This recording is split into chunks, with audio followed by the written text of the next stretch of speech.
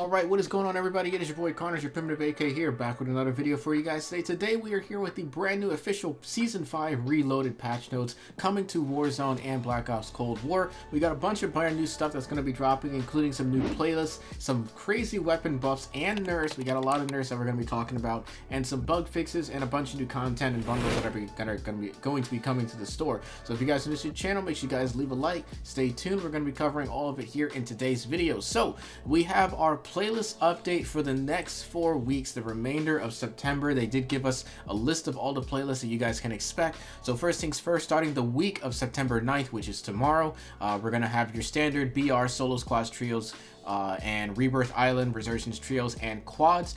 For the following week, we're going to have the same playlist, but we're going to be adding Iron Trials 84 duos. I'm not familiar with what this mode is. If this was in the game before, somebody let me know, because I actually don't quite remember. We also have Blood Money quads and Clash, which is going to be returning as well. Rebirth Island is going to be remaining with quads. They're going to be taking out trios.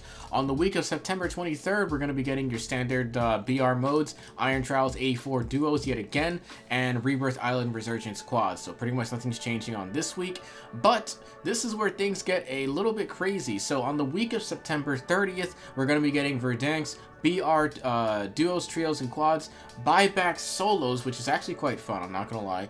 We also have Plunder trios and Rebirth Island Resurgence Extreme, to be determined whether or not this is gonna be trios, quads, or duos. They haven't stated what it is, but for those that are not familiar, this is a mode that I strongly recommend that everybody give a shot and play. It's fun, it's hectic, absolutely insane. Rebirth Resurgence Extreme is essentially, when it was out previously, it was only in the game once for 1 week, and then they took it out. This was months ago. All this mode is basically, it's your standard quads Rebirth, but the difference is that there's 100 players on the map. Yes, you heard that correctly. 100 players on Rebirth Island, and it's Resurgence mode. It's hectic, guys. I'm telling you, it's a lot of fun, and I think you guys will enjoy it. So that's going to be returning on September 30th, and I'll be giving that a shot. Moving on, we got the numbers event here, which is going to be a limited time event beginning on September 21st. So probably after the beta and all that stuff starts, so they probably don't want to shift the focus too much. So it's good that they're starting this later. How this is going to work: there's going to be an instant 5 grand cash bonus in the current match for each unique mobile broadcast station activated during the event. You'll receive an exclusive reward such as a sticker, calling card, or charm, in addition to some XP. Complete all the challenges in the numbers event or in either Warzone or Cold War to unlock the Psy melee weapon. So there's the brand new melee weapon that you can unlock throughout the game, so I'll be giving that a shot. We're also going to have a Clash, which is the playlist that I mentioned earlier. It's basically 50v50 from Fortnite. Nothing too crazy there. That's literally all that is. Iron Trials 84. So this is the game mode that I said I wasn't too sure about, so it looks like this is precisely what it is. What it is basically gives you altered health and regeneration, removal of loadout drops, new gulag rules, adjusted environment hazard, classified weapons. So you can't use your loadout. You have to use the ground loot in this mode, and also some additional changes they're going to be making throughout this mode. Field upgrades, dead silence, and stopping power have been removed, leave the pocket sand on the playground. Sniper rifles can only one shot to the head within 30 meters. You're going to have to get up and close and personal with the competition. ATVs and bikes only. You only need to dispatch your foes the old-fashioned way. So pretty interesting mode. I'll actually give this one a shot, see what it's like. We also have the mobile broadcast stations will be returning. It's expected we soon begin amplifying the Dragovich program tapes, aka the numbers broadcast, across the region, so these will be coming back. Red doors. There's been some quote-unquote unusual activity with the red door rooms. Operators have been asked to investigate, so check out the red doors, see what's going on over there. Moving on, general, question mark. No clue what that means. There's a picture here. I don't know what that is. I'm gonna be honest, guys, I don't know what that is. The gameplay, we got some nice little changes here. Loot that spawns across Verdansk has been adjusted. We got new gulag loadouts, new pre-match loadouts, new ground and supply box loot. We have a bunch of fixes here that we're not really going to be going through because most people don't really care about it. But if you are interested, the link to all these patch notes will be in the description. Moving on, this is the big juicy stuff that a lot of people care about. I care about it. We're going to be covering it with some videos, so stay tuned for that. So first things first, we have weapon buffs and weapon nerfs. This is a brief overview of all the weapons that are going to be nerfed. Obviously, red means nerf, green means the buff, and anything else such as the tilde line represents that it was a nerf and a buff. So first things first, The C58, the recoil has been adjusted. There's a developer comment here. I'm not going to read through the whole thing. Essentially what they're saying is that they already nerfed the damage of the weapon, but they felt that the recoil was basically a laser beam. So essentially they're toning back the recoil on it, giving it more kickback on the weapon, so that way it's not incredibly dominant, because it's still a pretty dominant weapon. So they did make some changes there. EM2, the base optic eye position has been retracted. The EM2 is not receiving a direct reduction to its efficiency with its change, or efficacy with its change, sorry. However, it will result in the base optic being less suitable substitute for higher magnification optics. This, however, in conjunction with the recoil changes to recoil barrels, will make the EM2 a slightly less viable option to lesser skilled marksmen. So, basically what this means is that they're changing the actual scope, so that way a lot of people don't feel like a lot of people are not using the default scope because they feel like the default scope is too easy to use and it negates people from using other scopes. So they made it a little bit harder to use, but overall this weapon's probably still going to be decent to use. I would still use it. Assault Rifle Bravo, upper torso multiplier decreased from 1.1 to 1. Assault Rifle Bravo, if I remember correctly, is actually the FAL. I'm thinking that's the FAL. Somebody correct me if I'm wrong. I'm assuming that's what that is. I can't tell, but I think that's actually the FAL. The Groza got a nice little change as well. Sprint to fire speed increased by 15%.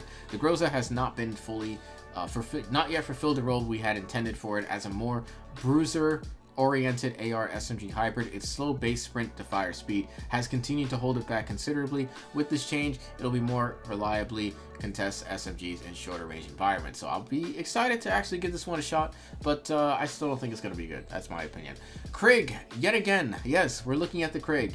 Got a nice little nerf again, for now the 4th time. Maximum damage decreased from 30 to 29. Mid damage is now 25. Minimum damage decreased from 25 to 23. And weapon kick has been adjusted yet again. Vast majority of the kills with the KRIG 6 in Cold War take place with its max damage range, which unsurprisingly is the longest of all Cold War assault rifles. This change will affect most time to kill breakpoints within its maximum damage range by 1 bullet. So basically all this change is doing is giving you 1 extra bullet to kill. Additionally, we've made a 3rd damage range, which is a change we don't suspect to be immensely impactful, as builds that extend damage range could push the mid damage range out by nearly 100 meters, which is well beyond the average kill distance for the KRIG 6, though it's not bad for all KRIG 6. We have reduced the weapon's bounciness while firing, which makes it more enjoyable to use. So they nerfed it and also buffed it, but more or less nerfed the weapon again. LMGs, Light Machine Gun Alpha. Let me check see what weapon this is, because I don't remember what it's called. LMG Alpha. That is the Stoner. Got a nice little nerf here. It was getting some noticeability on YouTube. I know a lot of people were uploading videos on it. I was actually going to do one recently. The recoil has been adjusted slightly.